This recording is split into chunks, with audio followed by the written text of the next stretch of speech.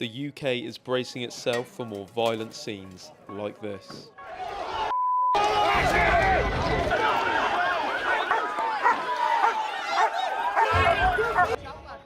Following the brutal stabbing of 3 girls in Southport, Alice De Silva Agar, Elsie Stancombe and BB King, riots and protests have spread across the country.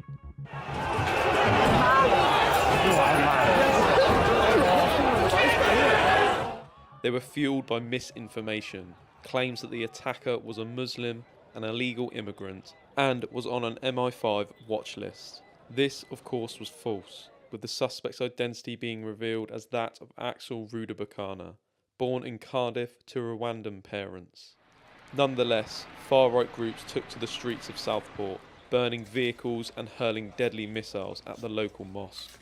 Since then, multiple protests have been staged in many cities across the country, and most have descended into chaos. Most notably in Rotherham, protesters attacked a hotel that was housing asylum seekers. Scenes turned violent, with one police officer being dragged away injured from the scene. Rioters gained access to the building, and this video shows the aftermath of what was left behind. Elsewhere, in Belfast, during an anti-immigration protest, the shop of Abdul Qadar was targeted and burned during disorder in the area.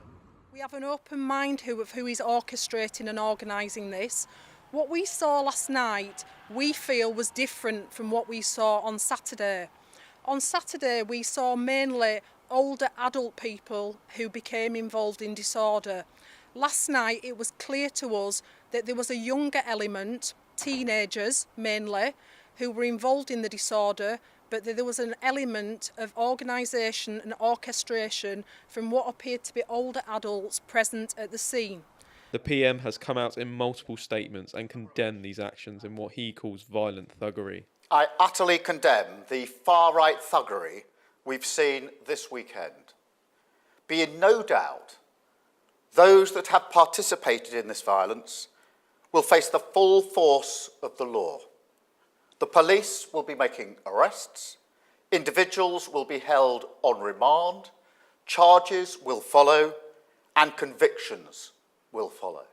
There are a number of actions that came out of the meeting. The first is we will have a standing army of specialist officers, public duty officers, so that we'll have enough officers to deal with this where we need them. The second is we'll ramp up criminal justice. There have already been hundreds of arrests.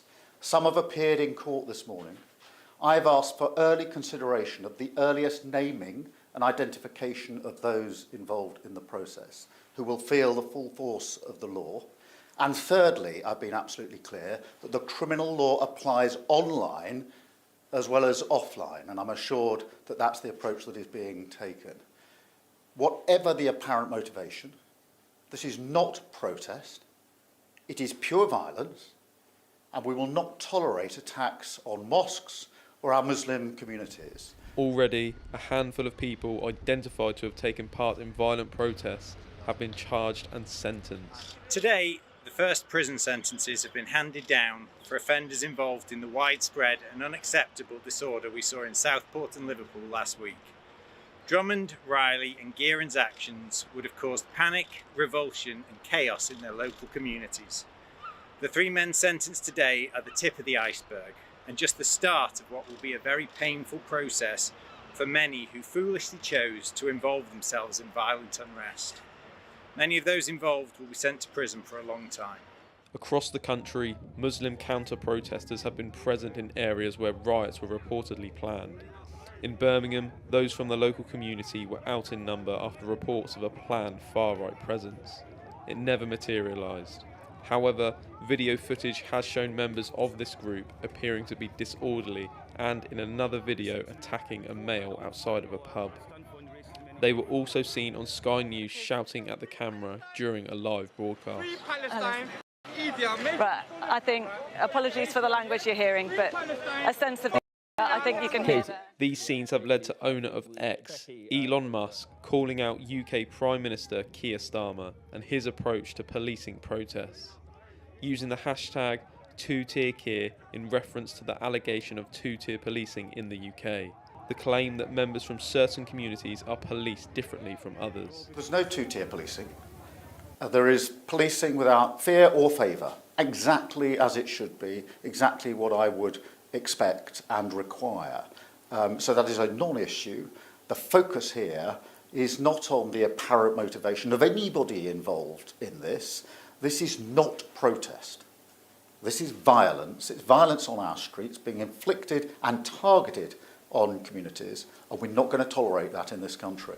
This led to Met Police Commissioner Mark Rowley appearing to share his frustration by grabbing a reporter's microphone when asked about the issue. Are we going to two-tier policing, sir? Police in Birmingham have also commented on events and their approach to policing. So what I would say in respect of two-tier policing is it doesn't exist in the West Midlands. So we are here to police without fear or favour. We do that across a broad spectrum.